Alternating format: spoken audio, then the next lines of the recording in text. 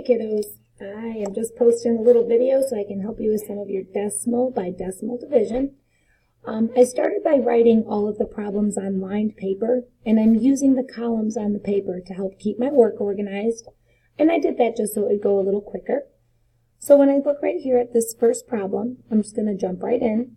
I see that I'm dividing 9.8 by 1.4, but in order to solve this problem using long division, I need to scoot that decimal out of the divisor.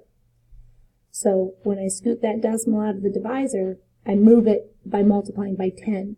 I need to multiply that number by 10 as well. So when I rewrite this problem to kind of get rid of that mess, I end up with 14, and I'm seeing how many times I can take that away from 98, or 98 divided by 14. Now, I know just because we solved this in class a couple of times today, I know that I can take this away 7 times. So 7 times 4 is 28. Write down my 8, and I can regroup a tiny little 2 right there. 7 times 1 is 7, plus 2 is 9. And the remainder is 0. Now, so this is just 7 wholes. I can take 14 away from 98 7 times. And what that means is I could also take 1.4 away from 9.8 7 times. Let's take a look at number 2. When I rewrite this problem to use long division to solve it, I see that I have that decimal in my divisor, so I multiply by 10. Well, I need to come over here and multiply that number by 10 as well. So when I rewrite that problem, I have 21, and I'm going to see how many times I can take that away from 44.1. And since I have a decimal here in my dividend, I also need to show that decimal upstairs on the quotient line. So now I'm just going to look at this problem, really digit by digit, because here I have a 2-digit divisor and a 3-digit dividend. So let's cover one of those up. Now my question is, how many times could I take 21 away from 44? Well, I know that 20 would come away from 40 2 times. So I think 2 is a pretty good estimate. 2 times 1 is 2. 2 times 4 is 4. 44 minus 42 is 2. And then when I reveal my next digit, I just bring it down. I can take 21 away from 21 1 time. 1 times 21 is 21. My difference is 0. So the answer to number 2 is 2.1. Now this guy here, number 3, this one's a big one. There's a lot of decimals and a lot of digits here. But those numbers aren't going to behave any differently. There's just more digits to deal with. So the first thing I need to do here is get this decimal out of my divisor. So I move it once, I move it twice. When I do that, really I've multiplied this number by 100. So I need to come over here and do the exact same thing. When I rewrite that to get rid of the mess, I end up with 72. And I'm going to scoot that down just a little. I have 72. And I want to see how many times I can take that away from 1,684.8. So this problem here has a lot of digits. There's a lot I need to look at. So I'm simply going to take them digit by digit. Well, when I look right here at my 2-digit divisor, and if I look at the first 2 digits of my dividend, I know I can't take 72 away from 16. So I'm going to go and reveal my 3rd digit. So now my question is, how many times could I take 72 away from 168? Well, I know if this was 70, 2 70s would get me to 140. So I think 2 is a good guess, because 3 is going to be too big. So 2 times 2 is 4. 2 times 7 is 14. I'm going to follow through the subtraction. 8 minus 4 is 4. 6 minus 4 is 2. There's nothing to regroup over here. I'm going to reveal my next digit. Bring that on down. And now my question is, how many times could I take 72 away from 244? Well, if this was 70, because it's so close to 70, I can use that to estimate. 3 70s would be 210, And I know that because 3 sevens would be 21, so I'm just multiplying one of those factors. I think 3 is a good guess. 3 times 2 is 6. 3 times 7 is 21. I'm going to go ahead and subtract. And you can see right here I'm going to need to regroup, and that's okay. 14 minus 6 is 8. 3 minus 2 is 1. Now I know I have one more digit. I'm going to go ahead and drag that guy down. And now the question is, how many times can I take 72 away from 288? Well, I think here, if this was 70, I could get really close to 280, I mean, if I counted by 4s. So I'm going to guess 4. 4 times 2 is 8. 4 times 7 is 28.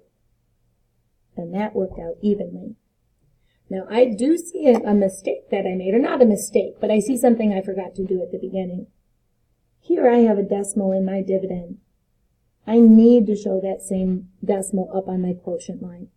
So the correct answer isn't 234, but it's 23.4 once I remember to include that decimal. And I'll go ahead and circle that. I know my work is looking a little bit crowded on this paper. I was trying to help it fit in, or make it fit all in the screen, but you can use more room on your paper if you need to. You don't have to squish it all in there. Let's take a look at this next problem. We have 1.2, and we want to see how many times we can take that away from 8.652. So following that same pattern, we have to multiply the divisor by 10. So we have to multiply the dividend by 10 as well. When we rewrite that, we have 12. And we want to see how many times we can take that away from 86.52. So, since I have that decimal right there in my dividend, I'm going to show it upstairs on my quotient line. And since I have a 2-digit divisor, I'm going to start just by looking at the first 2 digits of my dividend. I don't need to deal with this whole problem at once. And my question is, how many times could I take 12 away from 86? Well, I know I can take 12 away from 86 7 times, because I know that 7 times 12 is 84. See, 7 times 2 is 4, or 14. Regroup my 1. 7 times 1 is 7, plus 1 is 8. So when I subtract, the difference between 86 and 84 is 2. And I'll bring down that next digit. I know I can take 12 away from 25 twice. 2 times 12 is 24. The difference between those two numbers is 1. When I bring down my next digit, I can take 12 away from 12 one time. 1 times 12 is 12. 12 minus 12 is 0. So we're done. The quotient or answer to that division problem is 7.21. Alright, I think we'll be able to work through these last two.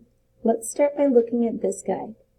Now some of you might think this kind of looks funny because this divisor has so many zeros in front of the 1, but it still doesn't behave any differently. This is just a very tiny number. This is 1/1000th.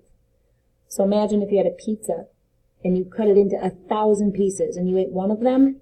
That's what this is. It's just a small number. So to make this a whole number, we have to multiply by 10, and multiply by 10 again, which is 100, and multiply by 10 again, which is 1,000. Excuse me. So now we just come here and do the same thing. We're going to multiply by 10, and by 100, and by 1,000. And you can see when that happens, you end up with these empty spaces. When you have those empty spaces, you just fill them in with zeros. So the question now is, how many times can we take 1 away from 500? Now I know some of you know this right away. I know you do. But just in case you're not sure, let's take a look. Let's just approach it digit by digit. I can take 1 away from 5 times. 5 times 1 is 5. 5 minus 5 is 0. So now we're going to pull down that other 0. Now the question is, how many times can I take 1 away from 0? I can't. 0 times.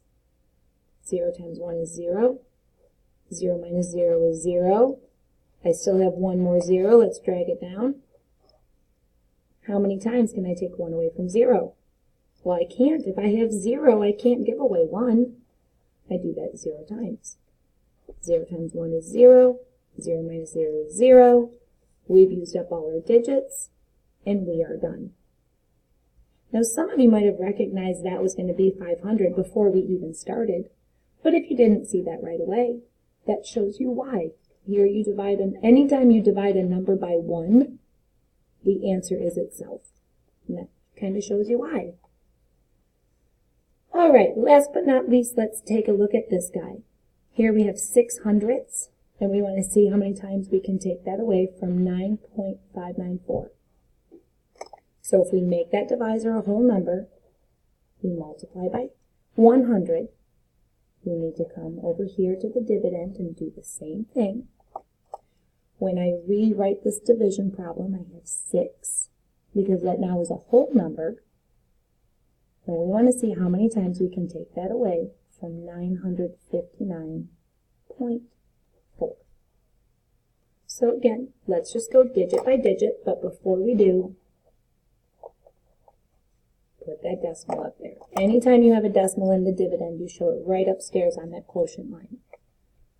So, the question is, how many times can I take 6 away from 9? And the answer to that is 1. 1 times 6 is 6. 9 minus 6 is 3. We'll bring down that next number. How many times can I take 6 away from 35? Well, the answer to that is 5. 6 times 5 is 30. 35 minus 30 is 5. Now we're going to drag down that next number, which is a 9. How many times can we take 6 away from 59? Well, the answer to that is 9, because 6 times 9 is 54. 59 minus 54 is 5. And now we're going to drag down that last number, which is a 4. So how many times can we take 6 away from 54? The answer to that is 9. 9 times 6 is 54. My remainder is 0. So the quotient, or the answer to that division problem, is 159.9. Anyways, kiddos, I hope that helped you if you felt like you needed it. Don't forget to bring your homework. If you have it tomorrow, that's okay. If not, I'll take it Monday, because I know some of you have lots of science. But either way, practice your division, practice your multiplication facts, and I'll see you tomorrow.